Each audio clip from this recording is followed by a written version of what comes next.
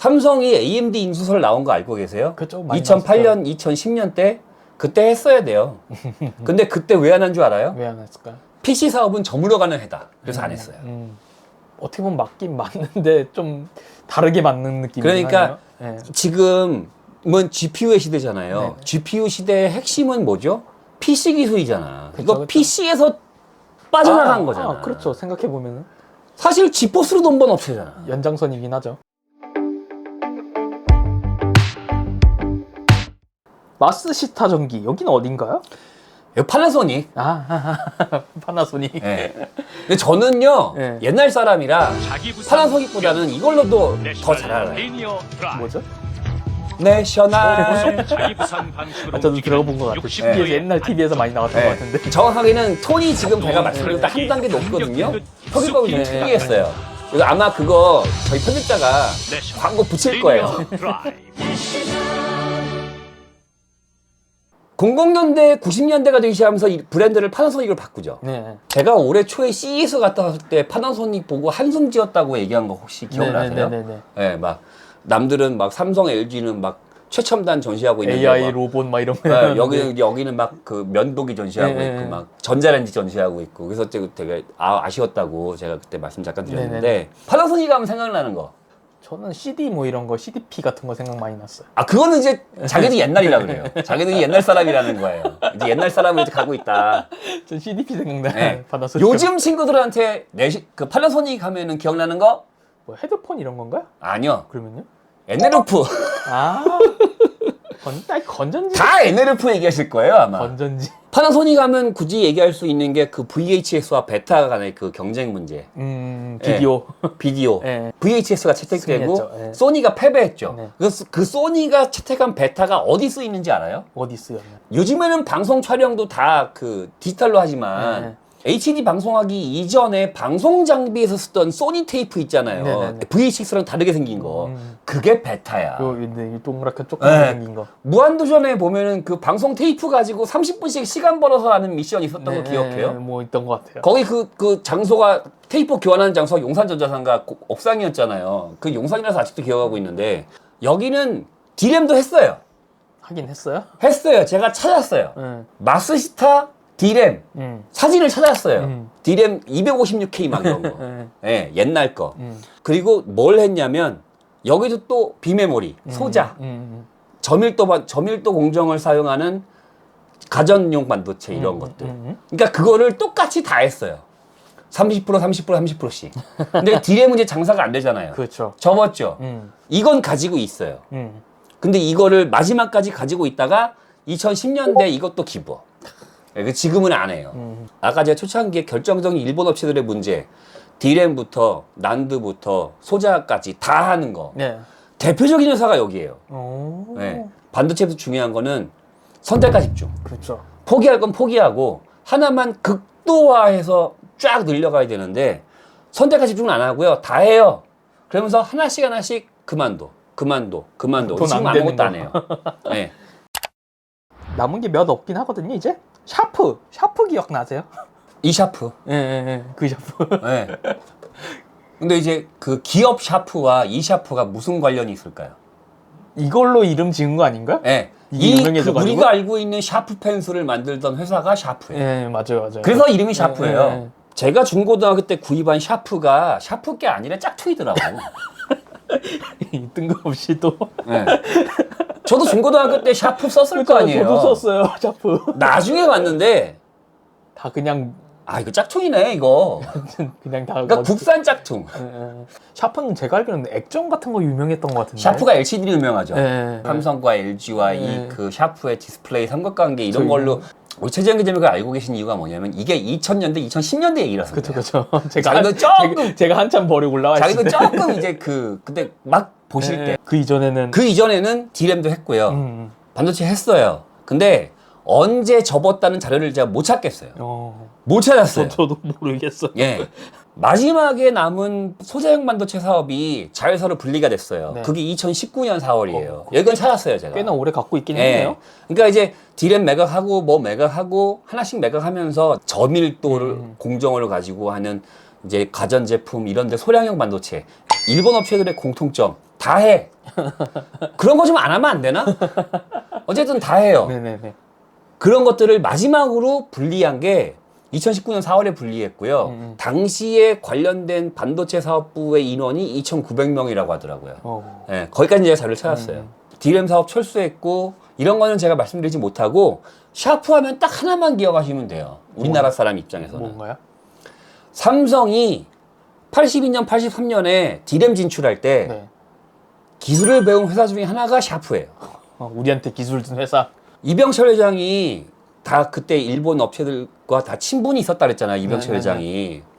그래서 그때 가가지고 다 요청했을 때 모든 업체들이 다 싫다 그랬어요. 삼성이 무슨 반도체 D램을 안 돼, 뭐 안 돼, 하지 마. 뭐 다 거부했는데 샤프가 받았어요. 그래서 기술진을 샤프로 보내요. 삼성이 당시 기술을 파견한 회사가 두 회사예요. 자, 하나는 지난번 말씀드렸어요. 마이크론. 하나가 샤프예요. 근데 마이크론은 건너뛰고 지난번 얘기했으니까. 네네. 샤프가 기술진이 갔어요. 네. 근데 이거는 본인이 직접 증언하신 거예요. 네. 적을 거를 적지를 못하게 해. 아, 그냥 보기만 하라고. 그리고 장비자가 있으면 장비 치수를 못 재게 해요. 크기. 그래서 장비가 이 장비가 있으니까 장비를 치수를 재야 될 거 아니에요. 그쵸. 그래서 어떻게 한 줄 아세요? 어떻게 했나요? 발걸음으로 쟀대요. 그때 본인이 얘기하신 게 내 팔 길이를 내가 그때 처음 알았다. 그래서 자기 팔 길이를 잰 다음에 이걸로 재는 거예요. 하나, 둘, 셋, 넷, 다섯으로. 기술진은 받았는데 아무것도 공개를 안 하는 거예요. 우리 기술 구경만 하고 가. 네. 실제로는 알려주는 거 하나도 없고. 근데 그 샤프는 제가 자료를 못 찾을 정도로 언제 D램 사업 철수했는지 언제 뭐 했는지 몰라요. 또 그리고 삼성은 지금 어쨌든 D램 분야 1위고요. 굴지의 1위고. 네. 그러니까 여러분들이 이걸 국뽕의 자료로 삼으셔도 괜찮아요. 그리고 이 샤프라는 회사 자체가 최근에 팍스콘에 넘어갔죠. 그렇죠. 네. 대만 쪽으로 넘어갔죠. 네. 근데 그 샤프가 80년대에는 삼성의 기술 가지고 장난치던 회사였다. 일본 반도체 회사들 왜 다 망했나요? 궁금증이 하나 생겼어요. 공통점이 있을 것 같아요, 뭔가. 그러니까 뭔가 관통하는 게 있을 거 아니에요. 현재 일본이 규모 있는 반도체 사업이 하나도 없어요. 그러니까 굳이 살아남아 있는 걸 꼽으면 두 개예요. 네. 키옥시아하고 엘피다예요. 일본 회사가 가지고 있는 일본 내 반도체 공장은 규모 있는 건 현재 없어요. 르네사스 하나. 없어요. D램, 비메모리, GPU, CPU 하나도 없어요. 그러니까 저는 궁금증이 생겼어요. 왜 하나도 없을까? 그러니까 뭔가 공통적인 특징이 있지 않고서야 왜 전부 다 망할 수 있을까? 그러니까요. 회사의 판단에 따라서 명암이 갈릴 수는 있지만 한 국가 내 산업 전체가 몰락한 거죠. 몰락한 거는 굉장히 특이한 사례예요. 일본 얘기를 좀 미디어에서도 다룬다라고 말씀드렸잖아요. 반면구에서 삼아가지고. 네. 그러면서 얘기하는 걸 뭘 얘기를 많이 하냐면 투자 문제를 얘기를 많이 하세요. 그러니까 일본은 전문 경영진이 운영하는 오너 시스템, 한국은 그 소유주가 가지고 있는 오너 시스템. 근데 어쨌든 그런 시스템이 반도체에서는 잘 맞았다. 왜냐하면 대규모 투자가 필요하기 때문이다. 라고 우리 미디어에서 많이 얘기를 해요. 기술력이 90년대부터 밀렸다. 라고 얘기를 많이 하세요. 보통 이렇게 세 가지를 많이 꼽으시거든요. 네네. 저는 이 세 가지 하나도 동의하지 않아요. 그럼 어떤 부분이 있나요? 부수적인 문제예요. 그런 경영진의 문제, 투자의 문제, 기술력의 문제를 왜 모든 회사가 다 갖고 있냐고. 그러니까 일본 다 그렇게 죽었. 그러니까 그건 이상하잖아. 다 공통적으로 그렇다고요? 그러니까 이 회사 하나가 이렇게 망했어는 그렇게 설명할 수 있어요. 그쵸. 근데 한 국가의 모든 반도체가 다 망했으니 이걸로 설명이 안 돼요. 투자를 적절하게 한 회사도 있을 거 아니에요. 많이 하는 회사도 있다고. 아까 얘기한 도시바 같은 거, 네. 난데에 적극적으로 미리 투자하거나 그 중에서 기술력이 뛰어난 업체도 있잖아요. 앞서가는 회사도 있었어요. 도시바 같은 네, 거. 도시바. 그거 한때 2010년대까지 난데의 넘버원. 그렇죠. 모자라는. 그러니까 거가. 근본적인 문제가 있다. 어. 두 가지로 보거든요.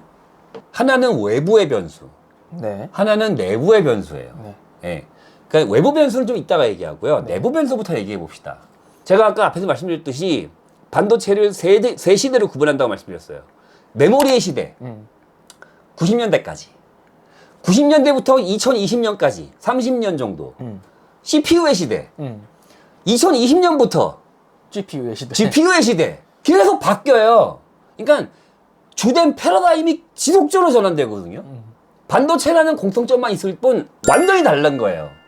메모리와 CPU와 GPU는 완전히 달라요. 그렇죠. 제 나이 정도 되시는 분들 대표적으로 많이 이야기하시는 게 일본은 하나만 파는 장인 정신. 그렇죠. 3대째 라멘 뭐지 뭐 5대째 라멘. 대대손손 내려오는. 대대손손 라멘 그래가지고 맛있는 라면집. 우리 한국은 장인 정신이 없어. 뭐 이런 거 너무 많이 봤어요 우리는. 그렇죠, 그렇죠. 근데 여기서 발목을 잡는 거야. 이 반도체에서. 이 장인 정신이. 어떤 부분을 잡죠? 내가 디램을 하고 생각해서 디램을 해야 돼. 우수한 퀄리티의 반도체를 만들기 위해서 우수한 기술을 도입해서 우수한 장비를 도입해서 더 품질이 뛰어난 디램을 만들어야 돼. 아니요. 디램 품질을 적절하게 유입하고 빨리 다른 걸 만들어야지. 기술의 초점은 거기 맞춰야죠. 그러니까 다음 세대 팔릴 수 있는 제품을 보는 시각이 달랐다는 거예요. 일본은 우수한 품질, 한국은 다음 세대 제품, 넥스트 레벨. 어떻게 보면 일본은 수율에 더 집중했다. 그러니까 쉽게 얘기하면 그렇게 생각하시면 돼요. 그래서 생각하면 제가 지난번 미일 반도체 협정 때 얘기했을 때 일본 최하위 수율이 미국 최상위 수율보다 좋았다. 그렇죠. 그러니까 그것과 일맥상통해요. 일본 반도체에서 조금 알고 계신 분들이 쓸데없는 장인 정신과 쓸데없는 고퀄리티. 그게 일본을 반도체를 망하게 만들었다. 그러니까 반도체라는 거는 흐름과 트렌드에 따라서 빨리빨리 바뀌거든요. 전환이 팍팍 되는 거예요. 얼만큼 굉장히 빨리 바뀌어요.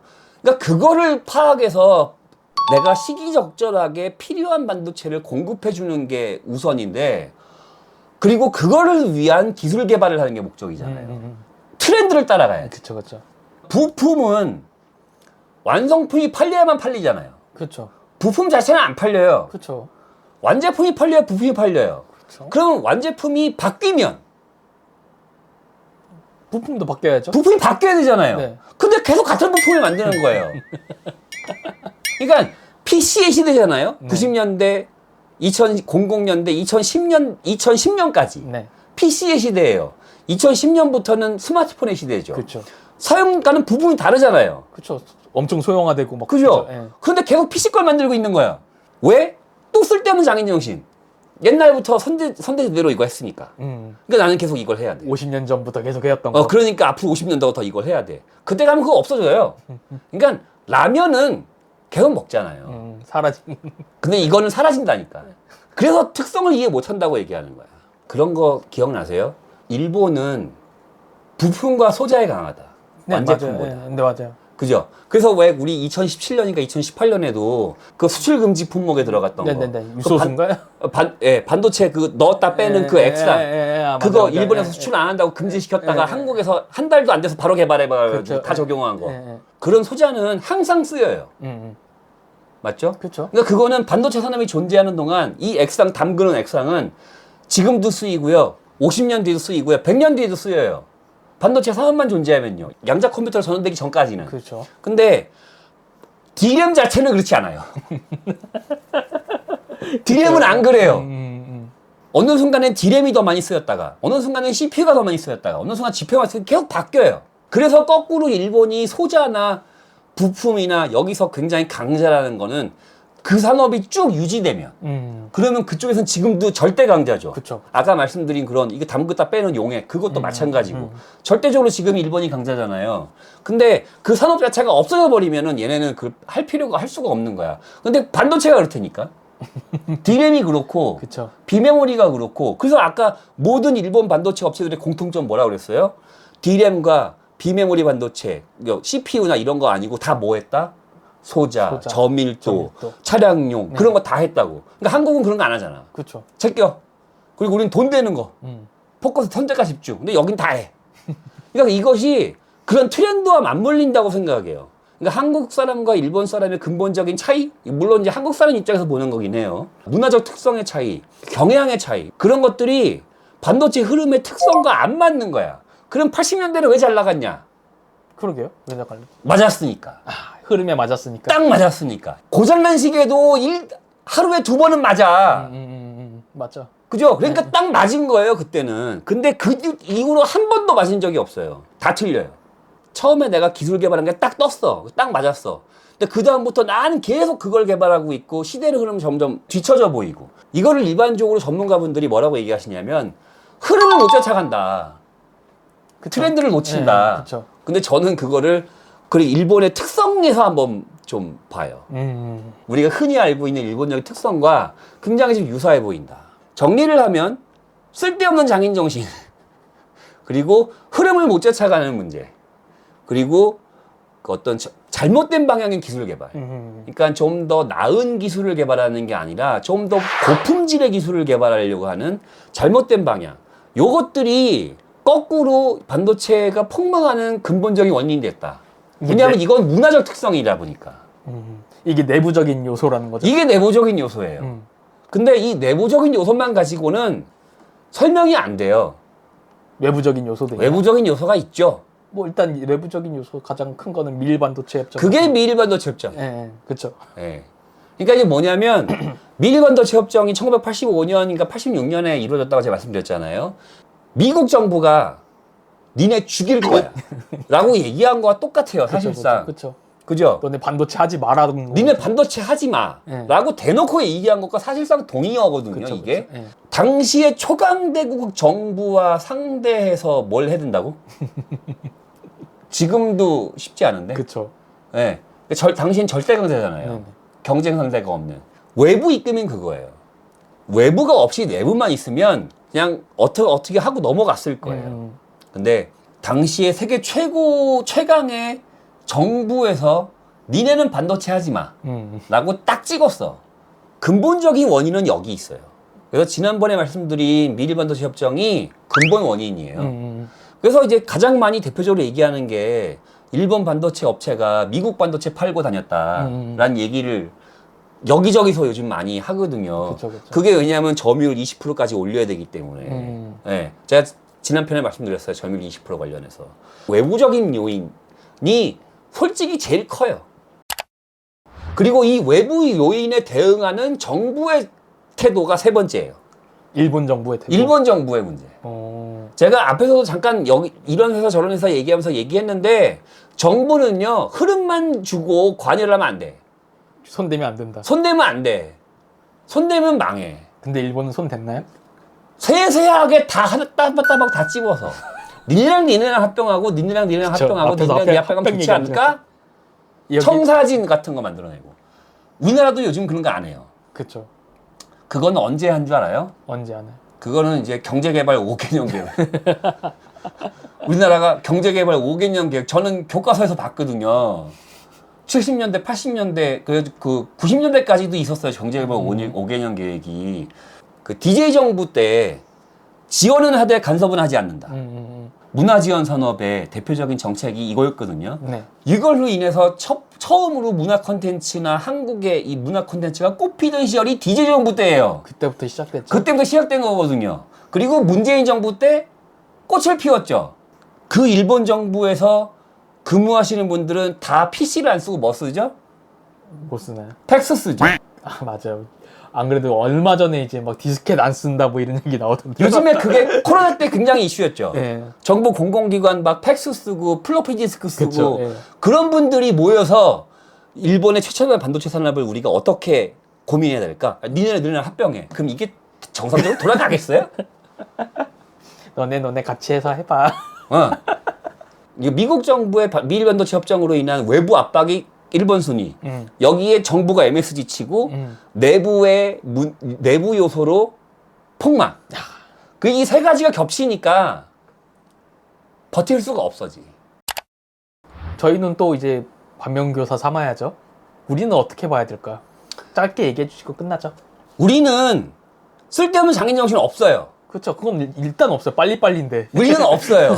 그리고 돈 되는 거 바로 쫓아가요. 네. 그리고 여기에는 좀 그런 것도 섞여 있는데 돈 되면 다 해요. 그렇죠. 뭐 경영진의 문제, 투자 문제 이런 거 없어요.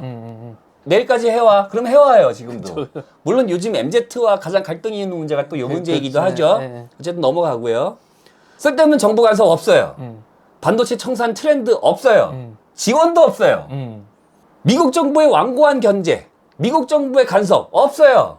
오히려 중국 문제로 인해서 자기 편으로 끌어들이려고 그래요. 그렇죠. 그 외부 변수 없어요. 정보 간섭도 없어요. 쓸데없는 자기정신도 없어요. 그러니까 변수는 좋아요. 근데 위험 요소가 남았나요? 기술 흐름 파악 못한 거는 마찬가지예요. 삼성, 그쵸. D램, HBM HBM 놓쳤죠. 놓쳤죠. 파운드리 놓쳤죠. 그러니까 되죠? 시기가 늦었죠. 따라가고는 있는데 늦었죠. 시기가 늦었어요. 네. 파운드리가 늦은 결정적인 이유는 뭐냐면 파운드리를 늦게 출발해서 그래요. 그쵸. 시기가 늦었어요. 삼성이 파운드리를 본격적으로 사업부 떼내고 시작한 게 2010년 초예요. 늦었어요. 그때는 이미 AMD, 거시기, 뭐 엔비디아 다 이미 TSMC에서 찍을 때였거든요. 그쵸. 네. AMD도 이제 그 매각하고 공장 글로벌 파운드리 매각하고 비싸고, TSMC 맡길 때가 2010년 초였어요. 그쵸. 이미 그때 TSMC가 주도권을 가져갔거든요. ARM CPU 놓쳤어요. 그렇죠. GOS 가지고 난리가 났어요. 그렇죠. HBM 놓쳤고요. AMD랑 한번 이렇게 하다가 잘 안 돼갖고 놓쳤죠. 못 쫓아가고 있어요. 일간지나 언론에서 가장 얘기하는 좀 날카로운 삼성에 대한 비판의 핵심은 이거예요. 흐름을 못 따라가고 있어. 삼성이 AMD 인수설 나온 거 알고 계세요? 그쵸, 많이 2008년, 2010년 때 그때 했어야 돼요. 근데 그때 왜 안 한 줄 알아요? 왜 안 했을까요? PC 사업은 저물어 가는 해다. 그래서 안 했어요. 어떻게 보면 맞긴 맞는데 좀 다르게 맞는 느낌이 그러니까 네. 지금은 GPU의 시대잖아요. 네. GPU 시대의 핵심은 뭐죠? PC 기술이잖아. 그쵸, 이거 그쵸. PC에서 빠져나간 거잖아. 그렇죠. 생각해 보면은 사실 지포스로 돈 번 업체잖아. 연장선이긴 하죠. 연장선이잖아요. 네. 그러니까 그 기술이 파생돼서 서버로 간 거잖아요. 정확하게 보면. 서버도 PC예요? 그렇죠. 네. PC는 지나가는 해라면서요. 그러니까 무시해서 당한 거예요. 그러네. 네. 지금 따지고 보면요. 넓은 의미에서 보면요. 지금 엔비디아도 PC 회사예요. 다 PC 기반이잖아요. PC 베이스예요. 네. 네. 그래서 지금은 너무 커져서 저쪽을 너무 커져서 서버로 분리하는 거지. AI 비즈니스로. 그래서 그 트렌드를 못 찾아가고 있는 거. 그래서 저는 이제 그거는 최근 몇몇 회사에서 그런 게 보이죠. 그래서 우리는 그것만 잘하면 돼요. 그런 부분은 조금 흐름만 잘 쫓아가면 돼요. 네. 네. 다른 아까 얘기한 우리가 일본에서 반면교사를 삼아야 된다. 우리는 해당 사항이 없어요. 우리는요 급하고요. 우리는 급해요 일단은. 그리고 남이 땅을 사면 배가 아파요. 우리는. 그렇죠. 일본 사람들은 겉으로는 축하합니다. 뭐 합니다. 그리고 뒤에 가서는 뭐 칼 꽂고 뭐 이렇게 한다고 그러잖아요. 우리는 그런 것도 없어요. 그냥 안 봐요, 얼굴 그냥. 네. 그리고 그냥 앞에서부터 대놓고 욕하고 다녀요. 나는 걔 싫어. 그렇죠. 우리 스타일이에요. 그거는 우리는 그래요. 그러니까 우리는 그런 거 없어요. 그래서 우리는 흐름만 잘 쫓아가면 돼요. 네. 하이닉스가 그 흐름 잘 탔죠. 그래서 어쨌든 하이닉스가 대박이 터지고 있잖아요. 그렇죠. 흐름 잘 탔으니까. 일본 반도체의 세력과 관련해서 우리가 배울 게 별로 없다. 오히려. 그러니까 우리는 하나만 조심하면 된다. 흐름을 잘 이해하고 앞으로 어떻게 될지를 잘 예측하는 거. 이거 별 볼 일 없어라고 치워버린 거에서 다 문제가 생기고 있는 거예요. 어디로 튈지 모르기 때문에 일정한 수준의 기술력을 모든 분야 관련해서 다 갖춰 놓고 있는 거. 특히 이제 삼성 같은 혹은 하이닉스 같은 대기업들은 내가 하는 분야가 아니니까 하고 상관없이 모든 분야에 발을 다 걸쳐 놓고 있어야 돼요. 그렇죠. 어디로 튈지 모르기 때문에. 그러니까 거꾸로 아까 일본 업체는 모든 데 걸쳐서 다 망했잖아요. 네. 근데 삼성은 거꾸로 모든 곳에 다 걸쳐 놔야 돼요. 그 업체들을 합친 것보다 커요. 네, 전부 합친 것보다. 모든 기술적 흐름을 파악을 정확하게 하면서 흐름에 뒤처지지 않고 쫓아가기만 하면 우리는 일본 같은 상황은 발생하지 않는다. 개인적인, 어디까지나 개인적인 제 생각인데 저는 그렇게 생각이 들어요. 어쨌든 일본은 더 이상 반도체는 없네요. 그러면 라피더스. 예, 뭐 다시 한다고 했죠? 그거 누가 주도하죠? 일본 정부예요. 네. 알겠습니다. 오늘 수고 많으셨습니다. 네, 수고하셨습니다. 감사합니다.